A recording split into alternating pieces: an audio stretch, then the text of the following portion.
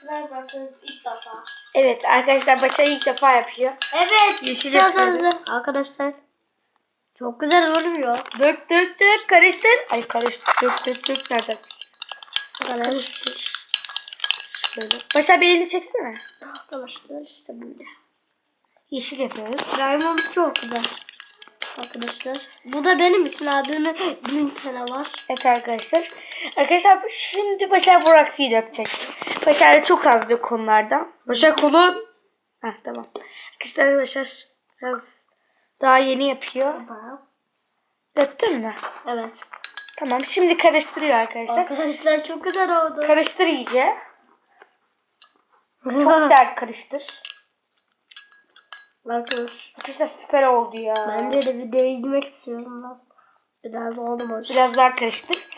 Ben diyene kadar. Arkadaşlar Başar sen hazırlayana kadar ben de tutkalım göstereyim. Daha dün aldık. Biraz daha Dün aldık. biraz daha koyayım abi. Yapış olsun. Katil. Ama biraz daha yapış olsun diye kollarıyız da. O yapışkan olsun diye kullanılmıyor Başar'cığım. Ver Başar'cığım şimdi bana.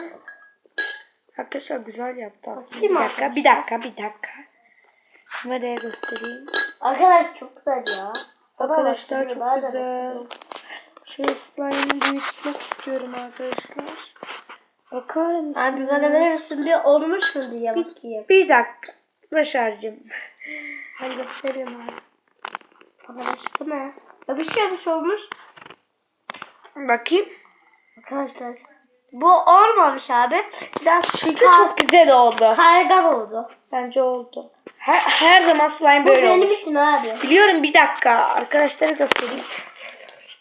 Arkadaşlar slime'a bakar mısınız? Slime muhteşem. Şimdi Başar bir oynadı arkadaşlar görsün.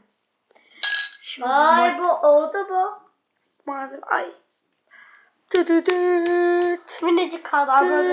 Burada biraz var. Artık slime yapamayacağız. Arkadaşlar çok önemli tutkal benim için. Bir daha yapmamız gerekiyor. Düdüdüt. Arkadaşlar ben bir daha hiç yapmıyorum. Ben de. Slime yapmayacağım çünkü bitiyor.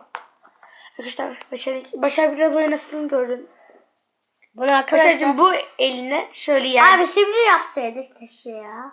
Arkadaşlar Başar simi çok seviyor. Bence de arkadaşlar ya. Arkadaşlar çok güzel pırıl gözüküyor. parlıyor.